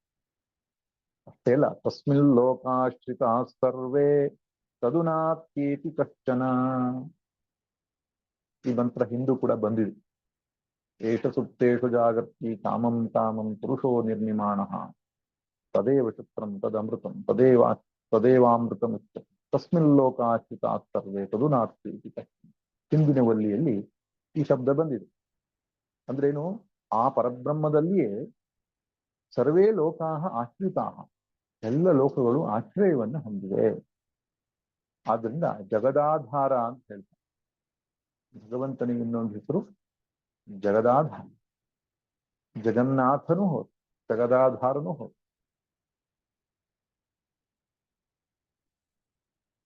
ವಿಶ್ವಾಧಾರಂ ಗಗನ ಸದೃಶಂ ಅಂತ ಬರುತ್ತೆ. ವಿಶ್ವಾಧಾರ, ಸಕಲಾಧಾರ, ಜಗದಾಧಾರ. ತದುನಾತ್ಯೇತಿ ಕಶ್ಚನ, ತತ್ ನ ಉ ಅತ್ಯೇತಿ. ಅದನ್ನು ಮೀರಿಸುವುದಕ್ಕೆ ಯಾವುದೂ ಇಲ್ಲ ಈ ಸೃಷ್ಟಿಯಲ್ಲಿ. ಅದನ್ನು ಮೀರಿದ್ದು ಮತ್ತೊಂದಿಲ್ಲ. ಅದೇ ಅತ್ಯಂತ ಶ್ರೇಷ್ಠವಾದದ್ದು, ಅದೇ ಎಲ್ಲವನ್ನೂ ವ್ಯಾಪಿಸಿರುವಂಥದ್ದು, ಅದೇ ಮೂಲ ಕಾರಣ ಆಗಿರೋದು. ಆದ್ದರಿಂದ ಕಾರಣವನ್ನ ಕಾರ್ಯ ಮೀರಿಸ್ಲಿಕ್ಕೆ ಸಾಧ್ಯ ಇಲ್ಲ. ಮಡಿಕೆ ಎನ್ನುವಂಥದ್ದು ಮಣ್ಣನ್ನ ಮೀರಿ ನಿಲ್ತದೆ ಅಂತ ಆಗಲ್ಲ. ಎಲ್ಲಿ ಮೀರಿ ನಿಲ್ತದೋ ಅಲ್ಲಿ ಮಣ್ಣೇ ಇರಬೇಕಲ್ವೇ. ಮೂಲ ಸ್ವರೂಪವನ್ನ, ಕಾರಣವನ್ನ ಕಾರ್ಯವು ಮೀರುವುದಿಲ್ಲ. ಹಾಗೆ ಜಗತ್ತೆನ್ನುವುದು ಕಾರ್ಯ, ಬ್ರಹ್ಮ ಅನ್ನುವಂಥದ್ದು ಕಾರಣ. ಆದ್ರಿಂದ ಆ ಬ್ರಹ್ಮಕ್ಕಿಂತ ಹೊರತಾದ ಶ್ರೇಷ್ಠವಾದ ಇನ್ನೊಂದು ವಸ್ತುವೇ ಇಲ್ಲ. ಇಷ್ಟು ಹೇಳಿದ ಮೇಲೆ ಯಮ ಬಹಳ ಸುಂದರವಾದ ಒಂದು ಉಪದೇಶ ಕೊನೆಯ ವಾಕ್ಯದಲ್ಲಿ ಹೇಳ್ತಾನೆ. ಏತದ್ವೈತತ್, ಇದು ಬೇರೆ ಏನೋ ಅಂತ ಹೊಸ ಟಾಪಿಕ್ ಅಂತ ಕಲ್ಪನೆ ಮಾಡಬೇಡ ಅನಿಕೇತ. ನೀನ್ ಕೇಳಿದ ಪ್ರಶ್ನೆಗೆ ಇದೇ ಉತ್ತರ ಅಂತ. ನೀನ್ ಯಾವ ಪ್ರಶ್ನೆ ಕೇಳಿದೆ? ಈ ಎರಡು ಪ್ರಶ್ನೆಗಳನ್ನ 3 ವರದ ಮೂರು ವರವನ್ನ ಕೇಳುವಂತಹ ಸಂದರ್ಭದಲ್ಲಿ ಎರಡು ಪ್ರಶ್ನೆಗಳನ್ನ ಕೇಳಿದ್ಯ. ಕೆಲವೊಬ್ರು ಆತ್ಮ ಇದೆ, ಕೆಲವೊಬ್ರು ಇಲ್ಲ ಎಂಬುದಾಗಿ ಹೇಳ್ತಾರೆ, ಅದ್ರ ಬಗ್ಗೆ ತಿಳಿಸ್ಕೊಡುವರು. ತದನಂತರ ಅದೇ ಪ್ರಶ್ನೆಯನ್ನ ಎರಡನೇ ವಲ್ಲಿಯಲ್ಲಿ ಸ್ಪಷ್ಟವಾಗಿ ನಿರೂಪಣೆ ಮಾಡಿದ್ಯಾನೆ. ಏನಂತ? ಅನ್ಯತ್ರ ಧರ್ಮ ಅನ್ಯತ್ರ ಧರ್ಮ ಅನ್ಯತ್ರ ಆಸ್ಮಾತ್ ಕೃತಾತ್ ಅನ್ಯತ್ರ ಭೂತಾಚ ಭವ್ಯಾಚ ಎತ್ತತ್ ಪಶ್ಯಸಿ ತದ್ವರ. ಧರ್ಮಾಧರ್ಮಗಳನ್ನ ಮೀರಿದ, ಭೂತ ಭವಿತವ್ಯಗಳನ್ನ ಮೀರಿದ, ಕೃತ ಅಕೃತಗಳನ್ನ ಮೀರಿರತಕ್ಕಂತಹ ಸತ್ಯ ಯಾವುದು? ಹಾಗೂ ಶರೀರ ಬಿಟ್ಟ ಮೇಲೆ, ಶರೀರವನ್ನ ಮೀರಿ ಯಾವುದಾದ್ರೂ ಒಂದು ಪರತತ್ವ ಅನ್ನುವಂಥದ್ದು ಇದೆಯಾ ಅಥವಾ ಇಲ್ವಾ ಅನ್ನೋದು ನಿನ್ನ ಪ್ರಶ್ನೆ. ನೋಡು ನಚಿಕೇತ, ಈ ಶರೀರ ಮನಸ್ಸು ಬುದ್ಧಿಗಳ ಆಧಾರವಾಗಿ, ಶರೀರ ಮನಸ್ಸು ಬುದ್ಧಿಗಳಿಗೆ ಸಾಕ್ಷಿಯಾಗಿ, ಈ ಸಂಸಾರ ವೃಕ್ಷಕ್ಕೆ ಮೂಲವಾಗಿ ಶುಭ್ರವಾಗಿರುವ, ಬೃಹತ್ತಾಗಿರುವ, ಅಮೃತವಾಗಿರುವ, ಜಗತ್ತಿಗೆಲ್ಲವೂ ಆಶ್ರಯವಾಗಿರುವ, ಯಾವುದನ್ನೂ ಮೀರಿಸಿ ಎಲ್ಲವನ್ನೂ ಮೀರಿದಿಲ್ಲುವ ಆ ಪರಬ್ರಹ್ಮ ವಸ್ತು ಇದೆಯಪ್ಪ, ಅದೇ ನೀನಾಗಿರುವೆ. ಶರೀರ ಮನಸ್ಸು ಬುದ್ಧಿಗಳು ನಾಶ ಹೊಂದಿದರೂ ಪರಬ್ರಹ್ಮ ಸ್ವರೂಪವಾದ ನಿನ್ನ ಆ ನೆಲೆ ನಾಶವಾಗುವಂಥದ್ದಲ್ಲ. ಏತದ್ವೈತವು, ಇದುವೇ ಅದು ಎಂಬುದಾಗಿ ನಚಿಕೇತನ ಪ್ರಶ್ನೆಗೆ ಉತ್ತರದ ರೂಪದಲ್ಲಿ ಬ್ರಹ್ಮಸ್ವರೂಪದ ವರ್ಣನೆಯನ್ನು ಮಾಡ್ತಾ ಇದ್ದಾರೆ. ಇದು ಮಂತ್ರದ ತಾತ್ಪರ್ಯ. ಇನ್ನು ಶಂಕರ ಭಗವತ್ಪಾದರು ಇದನ್ನ ಅತ್ಯಂತ ಕಾವ್ಯಮಯವಾಗಿ ವರ್ಣಿಸ್ತಾರೆ. ಶಂಕರರು ಭಾಷ್ಯವನ್ನ ಕೆಲವು ಸಂದರ್ಭದಲ್ಲಿ ಎಷ್ಟು ಬೇಕೋ ಅಷ್ಟು ವರ್ಣಿಸ್ತಾರೆ. ಕೆಲವೊಂದು ಸಂದರ್ಭಗಳಲ್ಲಿ ಅವರ ಕಾವ್ಯ ಪ್ರತಿಭೆ ಅನ್ನೋದು ಭಾಷ್ಯಗಳಲ್ಲಿಯೇ ಹೊರಹೊಮ್ಮುತ್ತದೆ. ಉಪಮೆಯನ್ನ, ರೂಪಕಗಳನ್ನ, ಬೇರೆ ಬೇರೆ ಅಲಂಕಾರಗಳನ್ನ ಅವರು ಬಳಸಿಕೊಂಡು ಆ ಮಂತ್ರದ ವಿವರಣೆಯನ್ನು ಕೊಡುವುದು ನೋಡುವಾಗ ಅದ್ಭುತವಾದಂತಹ ವಿದ್ವತ್ತು ಮತ್ತು ಕಾವ್ಯ ಎರಡೂ ಸೇರಿಕೊಂಡಿರುವ ಭಾಷ್ಯ ಇದು ಎಂಬುದಾಗಿ ನಮಗೆ ಕಾಣಿಸ್ತದೆ. ಇದಕ್ಕೆ ಒಬ್ರು ಹೇಳ್ತಾ ಇದ್ರು, 3 ಭಾಷ್ಯಗಳು ಜಗತ್ನಲ್ಲಿ ಅತ್ಯಂತ ಪ್ರಸಿದ್ಧ ಅಂತ. ಒಂದು ವ್ಯಾಕರಣ ಶಾಸ್ತ್ರಕ್ಕೆ ಬರೆದಂತಹ ಪತಂಜಲಿ ಮಹಾಭಾಷ್ಯ ಅಂತ ಕರೀತಾರೆ. ಪತಂಜಲಿ ಮುನಿಗಳು ಪಾಣಿನಿಯ ವ್ಯಾಕರಣಕ್ಕೆ ಭಾಷ್ಯವನ್ನು ಬರೆದರು. ಅದರ ಮಹಾಭಾಷ್ಯ ಅಂತ ಕರೀತಾರೆ. ಅದು ಅತ್ಯಂತ ವಿದ್ವತ್ಪೂರ್ಣವಾದ ಸುಂದರವಾದ ಭಾಷ್ಯ. ಎರಡನೇದು ಮೀಮಾಂಸಾ ಶಾಸ್ತ್ರಕ್ಕೆ ಜೈಮಿನಿ ಮುನಿಗಳು ಬರೆದಂತಹ ಮೀಮಾಂಸಾ ಸೂತ್ರಗಳು ಅಂತಿದೆ. 14 ಅಧ್ಯಾಯಗಳನ್ನು ಒಳಗೊಂಡಂತಹ ದ್ವಾದಶಲಕ್ಷ್ಮಿ, 12 ಅಧ್ಯಾಯಗಳನ್ನು ಒಳಗೊಂಡಂತಹ ಆ ಮೀಮಾಂಸಾ ಶಾಸ್ತ್ರಕ್ಕೆ ಶಬರ ಮುನಿಗಳು ಅಂತ ಹೇಳುವವರು ಭಾಷ್ಯವನ್ನು ಬರೆದಿದ್ದಾರೆ. ಇದು ಶಾಬರ ಭಾಷ್ಯ ಅಂತ ಹೇಳ್ತಾರೆ. ಅದು ಅತ್ಯಂತ ಸುಂದರವಾದ ವಿದ್ವತ್ಪೂರ್ಣವಾದ ಭಾಷ್ಯ. ಮೂರನೇದು ಯಾವುದಪ್ಪ ಅಂತ ಕೇಳಿದ್ರೆ, ಬ್ರಹ್ಮಸೂತ್ರಕ್ಕೆ ಮತ್ತು ಉಪನಿಷತ್ತು, ಭಗವದ್ಗೀತೆಗಳಿಗೆ ಶಂಕರ ಭಗವತ್ಪಾದರು ಬರೆದ ಭಾಷ್ಯ. ಅದನ್ನು ಕೂಡ ಅತ್ಯಂತ ಗಂಭೀರ ಸುಂದರವಾದ ಭಾಷ್ಯ ಎಂಬುದಾಗಿ ಕರೀತಾರೆ. ಆ ಭಾಷ್ಯದ ಸೌಂದರ್ಯವನ್ನ ನಾವು ಈ ಮಂತ್ರದಲ್ಲಿ ಕೂಡ ವಿವರಣೆಯಲ್ಲಿ ನೋಡಬಹುದು. ಅದನ್ನ ಮುಂದಿನ ತರಗತಿಯಲ್ಲಿ ಚರ್ಚೆ ಮಾಡೋಣ. ಸರ್ವೇ ಭವಂತು ಸುಖಿನಃ, ಸರ್ವೇ ಸಂತು ನಿರಾಮಯಾಃ, ಸರ್ವೇ ಭದ್ರಾಣಿ ಪಶ್ಯಂತು ಮಾ ಕಶ್ಚಿತ್ ದುಃಖಭಾಗ್ ಭವೇತ್. ಓಂ ಶಾಂತಿ ಶಾಂತಿ ಶಾಂತಿ. ನಾರಾಯಣ ನಾರಾಯಣ ನಾರಾಯಣ.